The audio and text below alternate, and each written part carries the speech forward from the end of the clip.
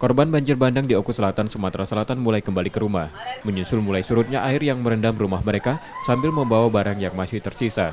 Namun korban banjir mengaku trauma akibat kejadian tersebut, terlebih saat hujan masih turun di daerah itu. Masih trauma, ini perlu diringkasi, takut kalau hujan lagi, banjir lagi. Rencana masih bertahan di sini atau nyari tempat pengungsian ke tempat keluarga atau gimana itu? Ya, masih bertahan ini nggak kemana, Pak. BPBD Oku Selatan mencatat 850 kepala keluarga menjadi korban banjir bandang yang tersebar di 5 kecamatan. Untuk saat ini bantuan sudah kita serahkan dan hari ini kita menyerahkan 250 paket.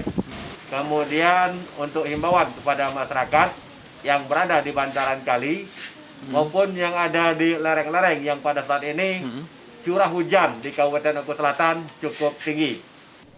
Korban banjir di Kisau Dalam, Kecamatan Muara II, mengharapkan bantuan makanan atau sembako karena akibat banjir seluruh isi rumah mereka terseret arus sungai.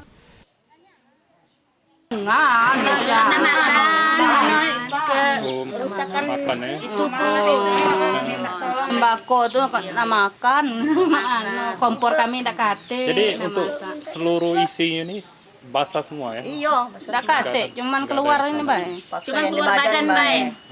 Pemerintah kabupaten saat ini masih mendata korban dan mekanisme penyaluran bantuan pada korban. Setia Budi, Kompas TV, Ogan Komunik Ulu Selatan, Sumatera Selatan.